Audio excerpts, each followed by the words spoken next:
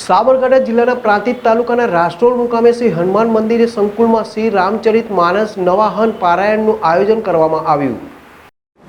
પ્રાંતિજ નજીકના રાષ્ટ્રોલ ગામે યાત્રાધામ શ્રી કષ્ટભંજન હનુમાનજી મંદિરના વિશાળ પટાંગણમાં શ્રી કષ્ટભંજન હનુમાનજી આશ્રમના આયોજકો દ્વારા શ્રી રામ પારાયણ કથાનું સપ્તાહ ખૂબ જ હર્ષોલ્લાસપૂર્વક યોજવામાં આવ્યું। શ્રી શ્રી સદગુરુ પરમાત્મા મહામંડલેશ્વર 108 પરમ પૂજ્ય બ્રહ્મલીન જય સિયારામ બાપુની પ્રેરણા અને આશીર્વાદથી યોજાયેલ આ કાર્યક્રમમાં વક્તા તરીકે શ્રી જગદીશ બાપુ દેવ મુરારીએ વ્યાસપીઠ ઉપર સ્થાન શોભાવીને તેમની અમૃતવાણીથી શ્રોતાઓને મંત્રમુગ્ધ કરી દીધા હતા।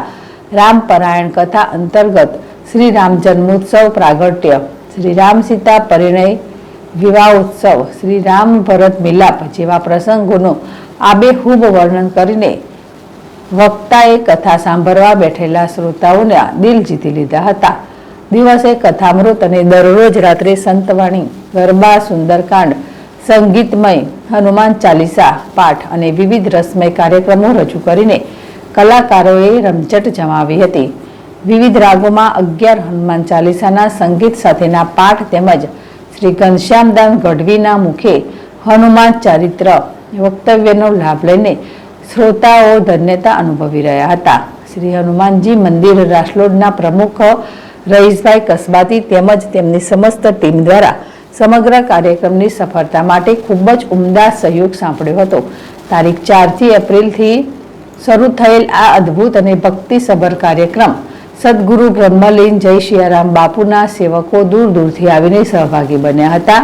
તેમના પરમ શિષ્યો કે જેમણે આ સમગ્ર કાર્યક્રમમાં આર્થિક સહયોગ આપ્યો હતો તેવા યજમાનશ્રીઓ કુમારી દેવાંશી, ઘનશ્યામભાઈ દક્ષિણી, આવકવેરા વિભાગના અધિક કમિશનર રમેશકુમાર માંકડ, દક્ષેશભાઈ બારોટ, દિનેશકુમાર બંસલ તેમજ અન્ય અનેક સેવાભાવી ભક્તો સુંદર સહયોગ આપ્યો હતો।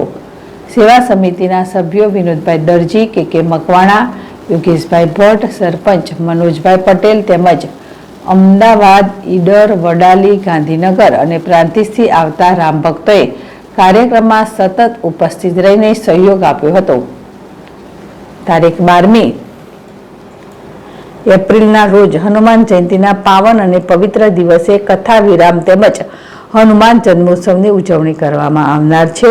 તે દિવસે પ્રણાલી મુજબ કવચની પૂજા સાંજે 4:30 થી 6:30 દરમિયાન કરવામાં આવશે, ત્યારે માનવ મહેરામણ ઉમટી પડશે તેવું આયોજકો દ્વારા જાણવા મળ્યું હતું।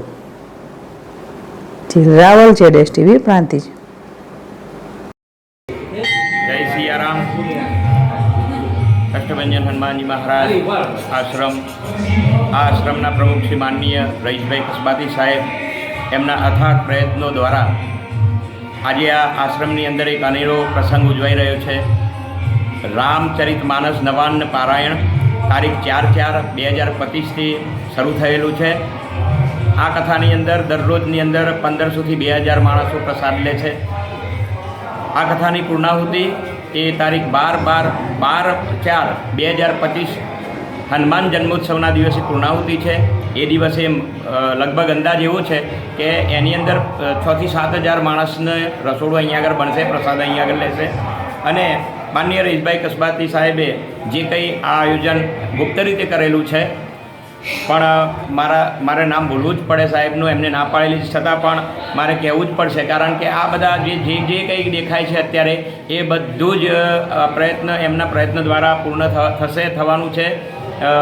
પૂજ્ય જય સિયારામ બાપાના આશીર્વાદ છે અને કષ્ટભંજન હનુમાનજી મહારાજના કૃપા છે। આ બધી આ આશ્રમની અંદર દર શનિવારે મારુતિ હવન કરવામાં આવે છે, જેની અંદર 200 થી 250 ભક્તો આ હવનનો લાભ લે છે। આ હવનની અંદર કોઈપણ પ્રકારનો દક્ષિણા કે કોઈપણ પ્રકારની પૂજા વિધિની કોઈ કિંમત લેવામાં આવતી નથી। અને અહીંયા આગળ જે પૂજારી છે માનનીય પૂજ્ય નટવરદાસ મહારાજ એ પણ સતત આ કથાની અંદર પ્રયત્નશીલ છે। 3જા નંબરની અંદર અમારા ગામના રાસલોડ ગામના સરપંચ શ્રી માનનીય મનોજભાઈ પટેલ છે। મનોજભાઈ પટેલ સાહેબ તમે નહીં માનો, એમનું હૃદય અહીંયા આગળ સમર્પિત કરેલું છે, તમામ સેવાઓ એમને આપેલી છે। તો આ રીતે આ રામ પારાયણનું આયોજન અહીંયા આગળ કરવામાં આવેલું છે।